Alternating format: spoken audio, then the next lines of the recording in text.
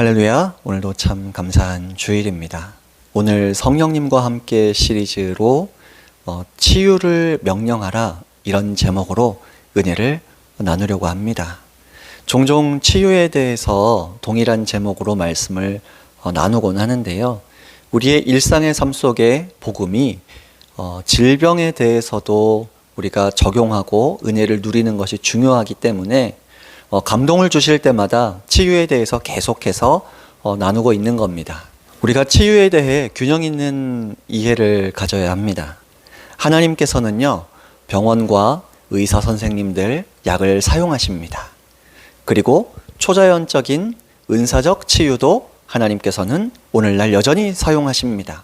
우리는 모든 하나님의 치유하시는 방식과 방법에 열린 마음을 가지고 균형 있는 시각을 가져야 할 줄로 믿습니다. 그런데 치유를 명령하라 관련된 주제에서는 이제 성령님의 은사적 치료도 우리가 적극적으로 기대하고 성경적인 방법을 추구해야 한다라는 부분을 살펴보는 것이죠. 지난 주 중에 참 감사한 간증을 들었어요. 부족하나마 하나님 은혜로 10번째 출간된 책이 하나님과 친밀한 치유 사역인데요. 그 책에서도 치유를 명령하는 가르침과 저와 우리 식구들 혹은 집회 가운데 경험된 병고침에 대한 간증들이 나눠지고 있습니다. 근데 그 책을 읽으시고 간증을 좀 이야기해 주시더라고요. 하나님께서 책을 출간하게 해주신 그 보람이 느껴지는 간증들입니다. 목사님, 저희 딸이 지금 대학생인데요. 몇 년 전 고등학생 때 발바닥에 사마귀가 생겼어요. 병원을 다녀도 낫질 않고 사마귀는 커지더니 나중에는 500원짜리 동전만 해지더라고요. 그런데 그게 하나가 아니라 500원짜리 동전만한 사마귀가 2개나 발바닥에 생겼고 검게 변해서 너무 아프고 고통스러웠다라는 이야기를 하시더라고요. 그런데 지난주에 저와 통화를 하시기 전 한 보름 전에 그 책을 읽으셨대요. 하나님과 친밀한 치유사역이라는 책에 적극적으로 치유를 명령하고 병고침 받았던 간증들이 있고요. 저도 손목 결절 종양이나 다른 분들도 관절염이나 종양이나 혹들을 적극적인 치유 명령을 통해 치유받은 간증들이 있습니다. 근데 그 부분을 읽으시고 또 그런 걸 성경적 방법을 따라 치유를 명령하고 선포하는 기도를 이렇게 설명했었거든요.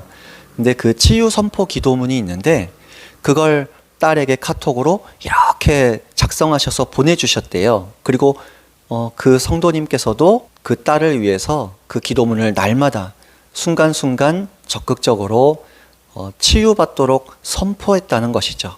근데 놀라운 건 치유를 명령한 딱 보름 만에 거의 다 깨끗이 나아버렸다는 거예요. 그래서 따님도 이 성도님도 너무 놀라서 그러나 감사해서 또 이렇게 연락을 주셨더라고요. 제가 무슨 능력이 있어서도 아니고요. 책이 대단해서도 아닙니다. 우리가 자녀이기 때문에 그 사랑의 관계 안에서 우리를 종종 병을 고쳐주신다라는 걸 기억해 주시길 부탁드리고요. 또 치유에 대한 성경 공부도 필요하고 부족하나마 저를 통해 쓰게 하신 하나님과 친밀한 치유사역이라는 책들이나 혹은 카페의 치유에 대한 말씀들, 간증들, 또 유튜브에서도 그런 치유에 대한 가르침들을 영상으로 좀 나누고 있는 부분들이 있잖아요. 그런 부분들을 좀 참고해 주시면 좋을 것 같아요. 다만 수학 공식처럼 치유를 명령하는 기도문이나 방법들을 배우려는 건 좀 주의하면 좋겠습니다. 십자가 사랑으로 완성하신 친밀한 관계가 우리로 하여금 자녀이기 때문에 병을 고쳐주신다라는 이 근거를 명확하게 이 가슴에 새기시길 부탁을 드립니다. 또 치유에 대한 왜곡된 인식도 경계해야 돼요. 객관적 측면에서 보자면요. 선포 기도한다고 모두 치유될까요? 그거 잘 몰라요. 잘 안 되는 분들도 있어요. 그런데 치료하시고 안 하시고의 주권은 하나님께서만이 생각하실 문제다. 이걸 기억해 주시길 부탁드립니다. 자녀의 입장과 태도는 고쳐달라고 기도하는 게 자녀의 태도고 모습입니다. 그렇게 기도하는 것이 겸손한 자녀의 모습이에요.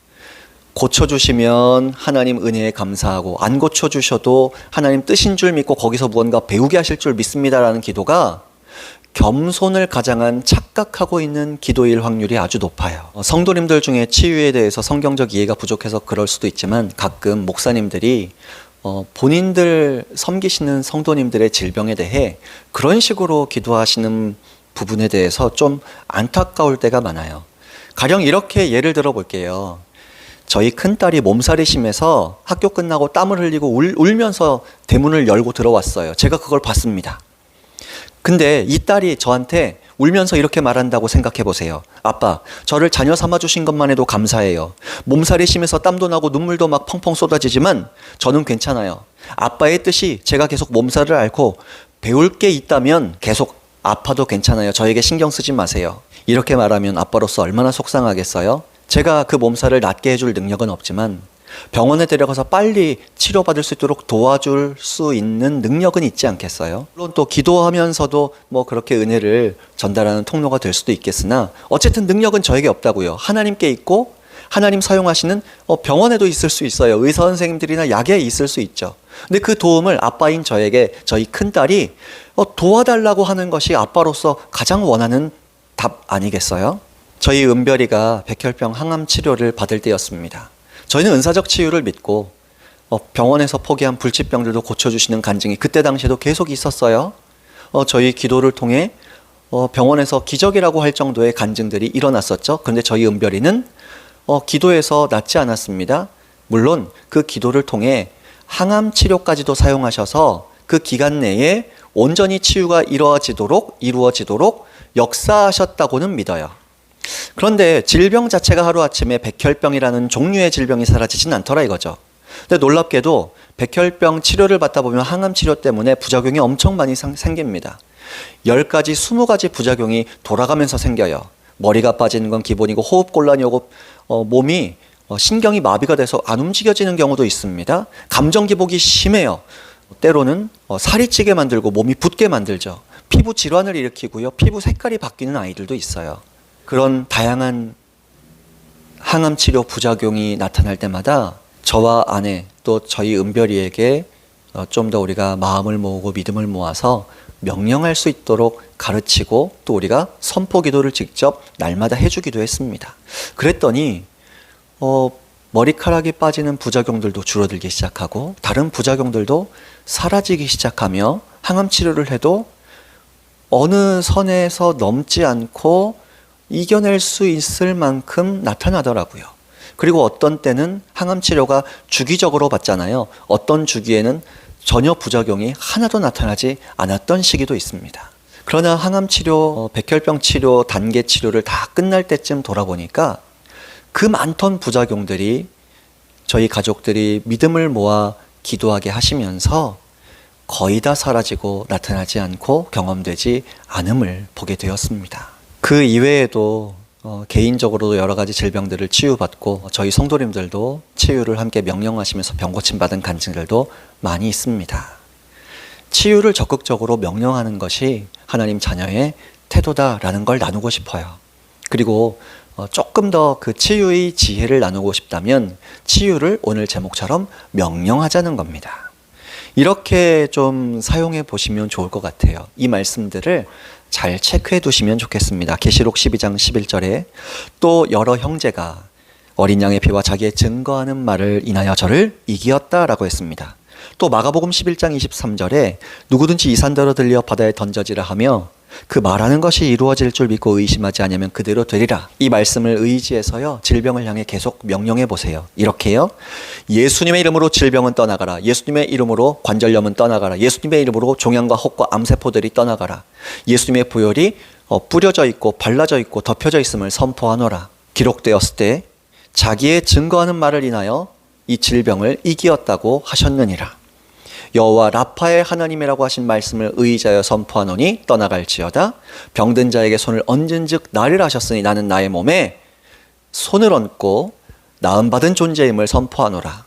이런 식으로 계속 치유와 병고침에 대해 약속하신 말씀들이 많이 있잖아요. 그걸 기록해 두시고요. 이걸 어떻게 내 지금 앓고 있는 질병들의 치유가 온전히 이루어질 때까지 명령할 것인가를 적용하며 고민하시면 좋겠습니다. 결론적으로 다시 말씀드리지만 고쳐주시든지 안 고쳐주시든지 그건 하나님께 우리가 맡기자고요. 고쳐주신다 안 고쳐주신다는 하나님께서만이 생각하실 문제이지 저나 여러분이 생각할 문제가 아닙니다. 그걸 생각하는 것이 교만이고 하나님의 주권을 내가 침해한다라고 보셔도 좋아요. 자녀의 태도는 무조건 고쳐주시옵소서 기도하고 병고침을 위해서 여러분 가족이든 지인이든 여러분 교회 성도님들이든 중보적으로 대신 선포해 주시고 기도해 주시는 것이 하나님의 뜻임을 기억해 주시기를 부탁을 드립니다. 그 치유의 은혜를 이번 한 주간도 풍성하게 누리시기를 소망합니다. 성령님께서 여러분의 마음과 생각 가운데 치유의 은혜를 떠올려 주실 것이고 생각나게 하실 것이며 믿음으로 선포할 수 있도록 도와주실 것입니다. 그런 은혜를 풍성히 누리는 한 주간 보내세요. 수고하셨습니다. 할렐루야.